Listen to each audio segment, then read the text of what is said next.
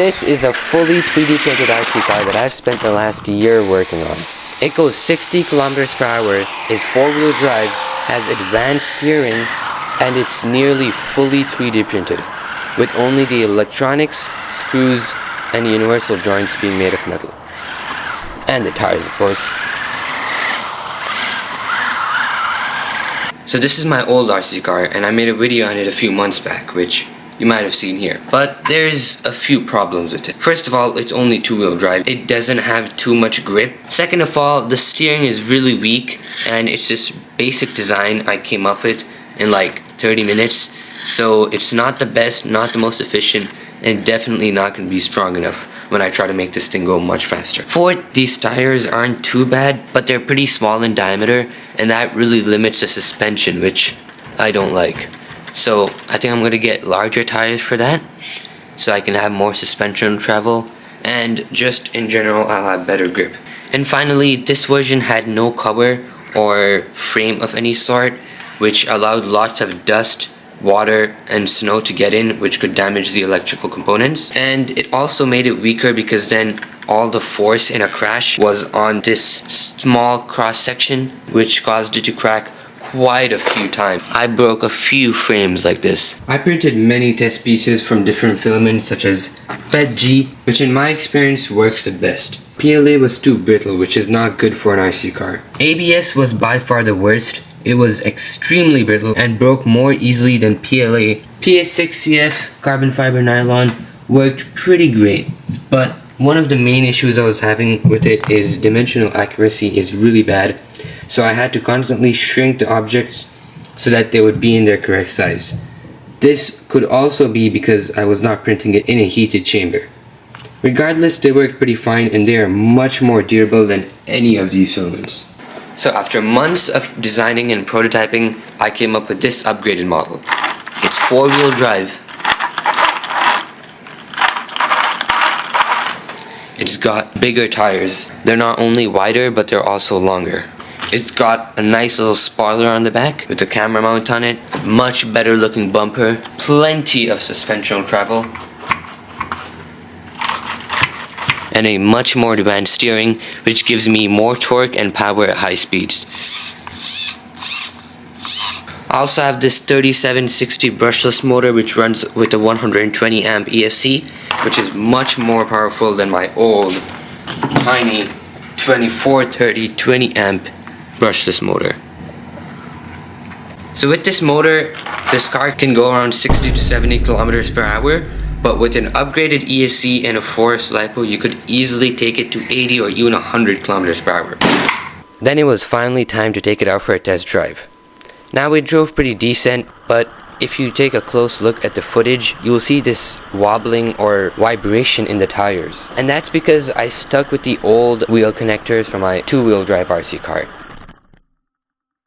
As you can see, these wiggle a little bit too much, and at high speeds that makes a big difference. So I had to think of another design that would not face these issues. So in this design, you stop the print halfway and insert an M4 screw that has been squared out. This way it doesn't rotate, but you can still put a Loctite nut and tighten the tires from the outside.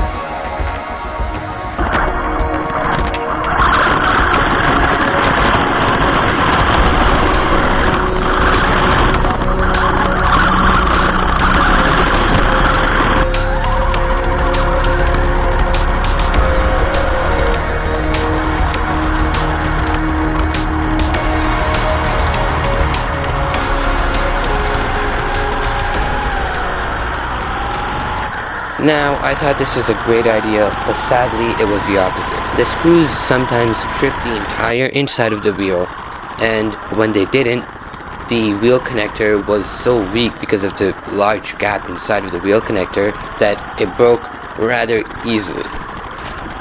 So I found another solution. After watching this video by CNC Kitchen about heat threaded inserts, I decided why not put that into my design. And honestly, they turned out awesome. I might have set the temperature a little too high, but at the end of the day, they worked perfect, and so far I haven't had any issues with them stripping, coming off, or coming loose. The only thing I would recommend is using thread lock or some type of Loctite on your screws, because metal into metal will not stay put. At high speeds and with those many vibrations, they will come off. And finally, after all that work, I was ready to call this project wraps. I took it on a few test drives and it worked great.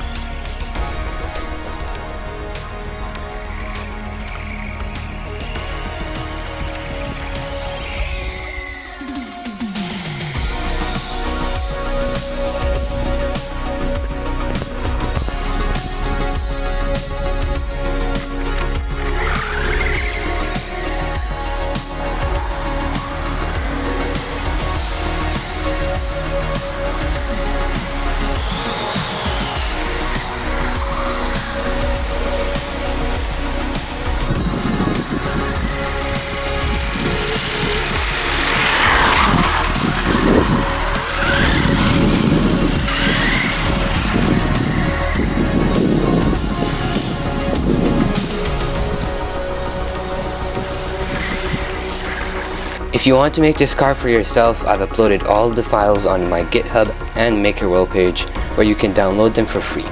If you have any questions, feel free to reach out to me via Instagram, Discord, or Gmail.